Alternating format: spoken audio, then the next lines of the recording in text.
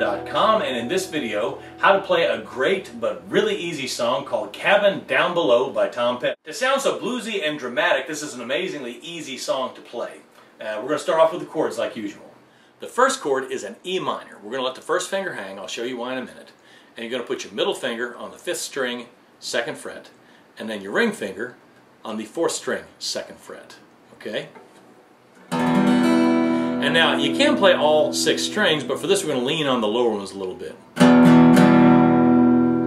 Okay? The next chord is a G5 or an E minor with a G in the bass, however you want to theorize it. Basically what it means is you're going to play the G note on the bottom string under the E minor chord. And now, the way I'm going to ask you to do it is with your pinky. For a couple of reasons, this leaves these other fingers in place to change chords more efficiently. But also, let's face it, folks, our pinky is our weakest finger and needs to learn to be independent. The pinky's a real finger too, folks. Come on, support your pinkies. So on this one song, we're going to a whole bunch of times go and just put it over there. If you cramp the B string just a little bit of the A string, the B on the A string, it doesn't really matter so much. But yeah, if you can though, make it arch over and get a good solid tone, which I'm not getting plucking on the neck of the guitar, on the E string, and try to make that A string ring for the B.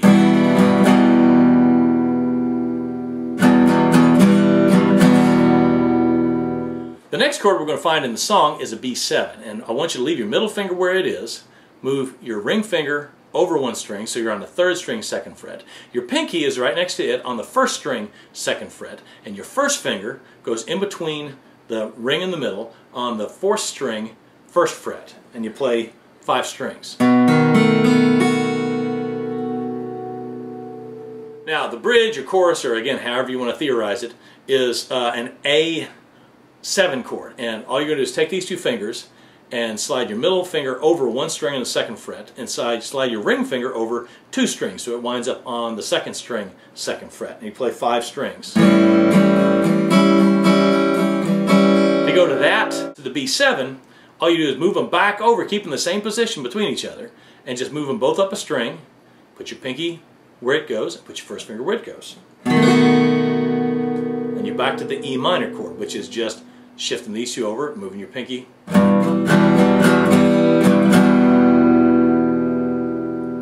To change from the B7 back to the E minor is the easiest thing in the world. You're going to pick up your first finger, your ring finger shifts over to the 4th string, 2nd fret, and pick your pinky up. And have your pinky ready to go for that G.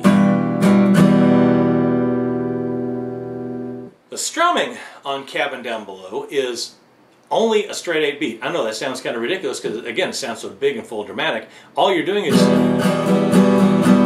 and 2 and 3 and 4 and 1 and 2 and 3 and 4 and leaving out a bunch of strums. Just keep your hand going like that, but don't hit the strings with the pick.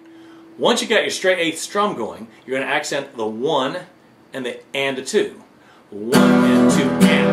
Now this is a slightly different accent. You want to actually miss the bottom. Usually when you strum up, you're starting with the high strings. But in this case, you want to miss the first 3 and throw our accent on the top 3 and the lowest 3 strings. So notice I'm skipping 3 entirely, giving an and then accenting 4 again. So 1 and 2 and 3 and 4. And then if you want to be really dramatic on the intro, you can just hold for 4 beats. You got to keep counting, but count internally somewhere that nobody can see you. 1 and 2 and 3 and 4. 1, 2 and 3 and 4. 1 and 2 and 3 and 4. 1 and 2 and 3 and 4. On the B section, it's not exactly a bridge or a chorus since the words are different, but on the different section where you're playing an A7, you're going to strum a little bit more fully and more evenly. It's more like a straight 8th strum.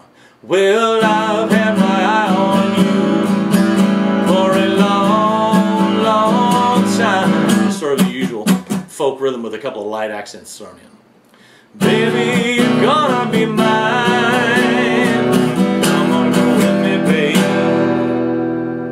Now, one thing about the song you're going to have to be careful with is rushing the change from the G5. Make sure you keep your steady beat going because the vocals anticipate it slightly. For example, come on, go with me, babe. And notice I'm saying babe before I hit the 4. Come on, go with me, girl. So you want to make sure you keep this good and steady instead of jumping ahead like, come on, go with me, girl, and try to hit the downbeat on the word. This contrast is part of the things that make the song work. It's a really neat bluesy syncopation sort of thing. This is Ben Brown with MoreThanGuitar.com, and this has been How to Play Cabin Down Below by Tom Petty. Don't forget to check the links below for other songs you might like, as well as the chart for this song. And as always, thank you for watching.